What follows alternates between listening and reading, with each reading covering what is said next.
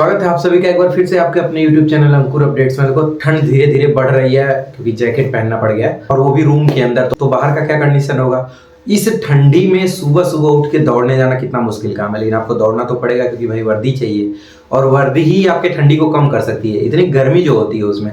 तो मैं बात करने वाला हूँ इस वीडियो में कुछ ऐसे टॉपिक के बारे में जिस चीज को शायद आपको जानना चाहिए, क्योंकि अब आप लोगों के दिमाग में ये चल रहा होगा कि चलो जो अभी तक डॉक्यूमेंट बताया जा रहा था वो तो हम लोगों ने बनवा लिया था, फिर उसको राजपत्रित अधिकारी से वेरीफाई करा लिया था, लेकिन अब तो इसमें ऐसा कुछ दिया नहीं हुआ है। कुछ भाई साहब ऐसे लोग हैं जो अपने बुद्धिमत्ता का परिचय देते हुए कमेंट सेक्शन में कुछ उल्टी सीधी बातें बोल रहे हैं। मैं उन लोगों को यही कहना चाहूंगा कि कुछ बहुत शानदार वाली गंदी गालियां उसके रिप्लाई में खुद से समझ लेना, क्योंकि मैं बोलूंगा तो कान से खून निकल जाएगा।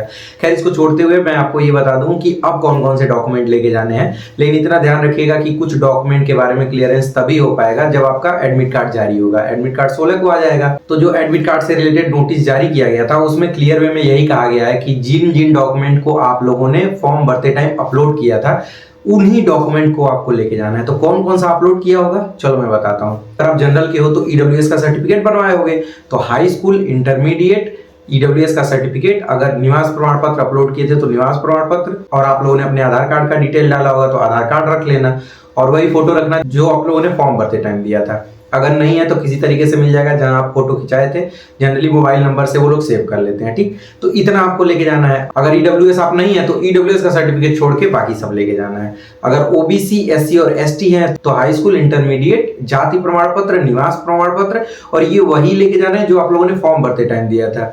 और उसके साथ एडमिट कार्ड तो लेके सब लोगों को जाना है, तो आपको अच्छे से पता है। बाकी आधार कार्ड रख लेना है, ठीक। तो ये सारी चीजें लेके जाना है। बाकी अगर कोई एक्स सर्विसमैन है तो एक्स सर्विसमैन आप लोगों ने अगर शो किया होगा फॉर्म भरते टाइम तो उसका सर्टिफिकेट आपको लेके जाना पड़ेगा। अब दो चीज ऐसे हैं जिनको लेके कंफ्यूजन अभी भी है कि जो फॉर्म भरने वाला प्रिंट आउट लगता था इसके पहले वाले वैकेंसी में, उसको इसमें लेके जाना है या नहीं लेके जाना है, तो इसके बारे में अभी कोई जानकारी नहीं दी गई है। अगर लगेगा तो वो उस समय जब एडमिट कार्ड जारी किया जाएगा तो बता दिया जाएगा, और आपके पास अगर है तो आपको लेके जाना है। अगर नहीं है तो कोई बात ही नहीं है, क्योंकि अगर मैंडेटरी लिख देगा लेके जाना है तो ठीक है, लेके जाना रहेगा। नहीं लिखेगा तब तो कोई बात ही नहीं है। और जिनको अभी भी लग रहा है कि राजपत्रित अधिकारी के बारे में तुम तो बता रहे थे, तुम्हें तो कुछ पता ही नहीं है, तो भाई मुझे कुछ नहीं पता है, खुश जाओ। तो इतने डॉक्यूमेंट को आप लोगों को फोटोकॉपी भी करा लेनी है, उस पे 100 प्रमाणित लिख देना है। 100 प्रमाणित कैसे लिखना है? 100 प्रमाणित लिखना, उसके नीचे साइन करना, कोशिश करना कि साइन वही रहे जो आप लोगों ने एडमिट कार्ड पे किया था, यानी कि फॉर्म भरते टाइम जो अपलोड किया था उसको देख लेना एक बार, और उसके नीचे डेट डाल देना। आपको ये ध्यान रखना है कि डेट जिस दिन भी साइन करो उस दिन का ही डालना। लेकिन एक चीज ध्यान रखना कि अगर मान लो 26 तारीख से डॉक्यूमेंट वेरिफिकेशन स्टार्ट हो रहा है तो एक महीने के आसपास मुझे लगता है 20 से 25 दिन चलना चाहिए, उसके बाद का डेट नहीं डालना है। मतलब समझ गया ना कुल मिला के?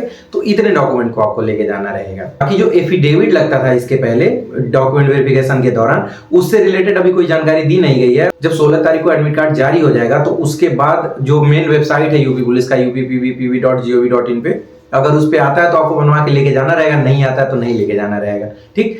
बाकी जो इसके पहले लगा था वही हम लोगों ने बताया। हम मतलब जितने भी लोग ऐसे हैं जो यूट्यूब पे वीडियो बना रहे हैं उन लोगों ने वही बताया था जो इसके पहले वैकेंसी में मांगा गया था। बाकी उनको हम सेटिस्फाई नहीं करा सकते हैं जिनका दिमाग कहीं और है, ठीक है। तो उनके लिए तो अलग से वीडियो बनाऊंगा, क्योंकि उनके लिए मेरा मुंह नहीं बोलेगा, ठीक। जिस तरीके की भाषा वो समझते हैं उस तरीके की भाषा में भी वीडियो बना देंगे, अगर आपकी इच्छा है उसी तरीके से समझने की। तो इन सारी चीजों को लेके जाना, बाकी कोई दिक्कत वाली बात नहीं रहेगी यार। 16 तारीख को क्लियर हो जाएगा, 14 तारीख हो गया, कल नहीं परसों आपको पता चल जाएगा। और इतना ध्यान रखना कि जिनको ये नहीं पता कि कहाँ जाना रहेगा डॉक्यूमेंट वेरिफिकेशन और फिजिकल स्टैंडर्ड टेस्ट के लिए, तो मैं बता दूं कि आपको अपने जिले के पुलिस लाइन में ही बुलाया जाएगा।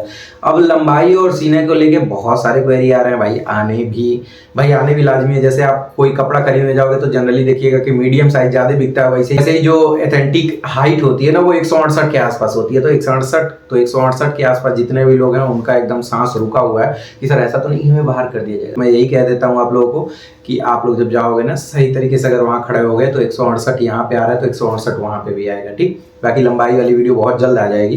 मैं सोच रहा हूँ कि थोड़ा सा और हाइप क्रिएट की जाए, मतलब जब देखने का मन हो, क्योंकि कमेंट में ऐसा आता ही नहीं है तो मेरा मन भी नहीं करता बनाने का। बाकी सीने वाला वीडियो मैंने बना ही दिया था, लेकिन जब मैंने कल वीडियो बनाया था जिसमें ये बताया गया था कि लिखा था कि 5 सेंटीमीटर सीने का फुलाव अत्यंत आवश्यक है वरना आपको बाहर कर दिया जाएगा, तब से बच्चों की सांस एकदम फूली जा रही है। लेकिन मैं आपको ये बता दूं कि जिनका भी जो सीना है वो 1 सेंटीमीटर मिनिमम से कम रहता है मतलब ये होता है कि फुलाने पे थोड़ा बहुत कम रहेगा तो काम चल जाएगा, लेकिन अगर मिनिमम में कम आता है तो बाहर होने का खतरा रहेगा। लेकिन वो मौका देते हैं कि थोड़ा सपाट मारो। अब कुछ लोग कह रहे हैं कि सर जी कितनों मेहनत कर रहे हैं, कितनों खा पी रहे हैं, बढ़ नहीं रहा है।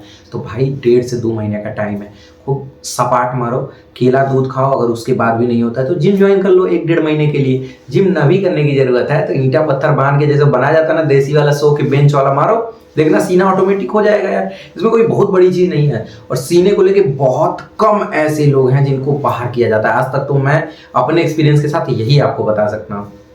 बाकी हाइट के लिए थोड़ी दिक्कत वाली बात है कि खड़े होने का तरीका मैं आपको ऐसा वाला बता दूंगा जिससे अगर आपका 2 से 3 mm तक का मार्जिन है तो वो कवर हो जाएगा, ठीक है। इस चीज को लेके आपकी दिक्कत खत्म हो जानी चाहिए। कुछ लोग ये पूछ रहे हैं कि सर जी लगभग कितने दिन तक DVPST चलेगा। तो देखो ये तो 16 को क्लियर हो जाएगा, लेकिन मुझे लगता है कि 15 से 20 दिन के अंदर, शायद 20 से 25 दिन हो सकता है, इतने दिन के अंदर कंप्लीट कर लिया जाएगा। जिनको ये नहीं पता है कि DVPST के दौरान ही रनिंग होगी या नहीं, उनको मैं बता दूं कि रनिंग के लिए पहले ही बताया गया था कि जनवरी के लास्ट में बुलाया जाएगा, ठीक है। ये सारी चीजें क्लियर कर लो। जिनको दांतों में दिक्कत है, मतलब सर जी दांतों में कीड़े लगे हैं, तो उसको थोड़ा अच्छे से साफ करा लेना। मतलब गंदगी दिखनी नहीं चाहिए। ये नहीं कि बोलो जुबा केसरी खा के चले गए, वहां जाके थूक रहे हैं चारों तरफ, तो ये वाला दिक्कत, तो ये वाला चीज करके मत जाना, थोड़ा सा साफ सफाई के साथ जाना, ठीक। बाकी कुछ लोग ये पूछ रहे थे कि सर जी लंबाई और सीना ही बस नापेगा ना, और तो कुछ वहां नहीं होता है। तो देखो जब डॉक्यूमेंट वेरीफाई हो जाएगा तो उसके बाद सीना नापते हैं, उसके बाद लंबाई नापते हैं, बस इतना ही होगा। शाम को लिस्ट लगा दिया जाएगा जिसमें आपको पता चल जाएगा कि आप क्वालिफाई हो या नहीं हो।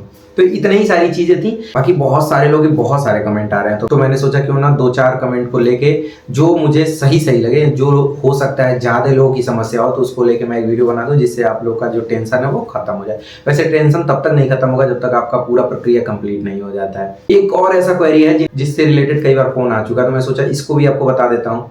कुछ लोगों ने अपने डॉक्यूमेंट को करेक्शन करने के लिए दिया था, जैसे हाई स्कूल इंटर का मार्कशीट हो गया उसको, और वहां लगता है टाइम, तो उनको अब मिल नहीं पा रहा है। तो वो सोच रहे हैं कि फोटोकॉपी ले जाकर वहाँ काम चला देंगे। तो मैं आपको पहले ये बता देता हूँ कि आप लोग जाओ वहाँ एप्लीकेशन लिख के दो, भैया हमारा जो डॉक्यूमेंट वेरिफिकेशन है वो होना है, हम बाद में करेक्शन करा लेंगे।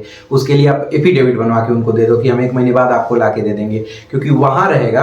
तो उस एफिडेविट वाला कॉपी को आप DVPST के दिन दिखा दोगे कि सर जी हम दिए थे करेक्शन कराने के लिए, ये गलती थी, अभी तक नहीं हो पा रहा था, इस वजह से आज के दिन के लिए मैंने यहाँ लिया था, ठीक है। तो ओरिजिनल डॉक्यूमेंट जरूर लेके जाना अगर वाकई में दिक्कत वाली बात होगी। सोचो डॉक्यूमेंट वेरिफिकेशन में अगर किसी भी कंडीशन पे किसी को नहीं बाहर करते तो फिर किस लिए हो रहा है डॉक्यूमेंट वेरिफिकेशन, कि सर जी हमारा डॉक्यूमेंट है ही नहीं, हमें पास कर दो। ऐसा नहीं होता है, ओरिजिनल डॉक्यूमेंट चाहिए तभी आपका काम हो पाएगा।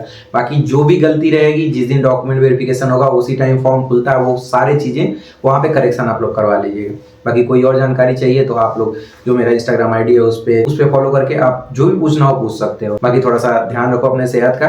बाकी एक चीज का ध्यान रखो कि जरूरी नहीं है कि सुबह 4 बजे ही उठ के दौड़ने जाए। सुबह ठंडी बहुत ज्यादा लग रही है, इस वजह से 8 साढ़े 8 बजे के आसपास दौड़ने जाओ, क्योंकि रनिंग वैसे भी आपको 10 बजे के बाद ही कराई जाएगी। तो कौन जरूरी थोड़ी है कि सुबह यहाँ उठ के इतना ठंड खाते हुए जाके हम रनिंग करें, ठीक। और थोड़ा सा ये भी ध्यान रखना कि थोड़ा पतला टाइप का कुछ मास्क यूज करना या फिर कुछ भी मुंह पे बांध के दौड़ना, जिससे जो हवा है ना ठंडी ठंडी सीधे नाक में घुसती है तो जुकाम होने का डर रहता है। बाकी अब दौड़ो भाई, अब लास्ट ऑप्शन है, इस बार कोई गलती ऐसी नहीं करनी है जिसमें खुद को ब्लेम देने की जरूरत पड़े। तो आई होप कि आप लोग अच्छे होंगे। मिलते हैं अगले वीडियो में किसी और क्वेश्चन के जवाब के साथ। तब तक के लिए बाय बाय, अपना ध्यान रखिएगा।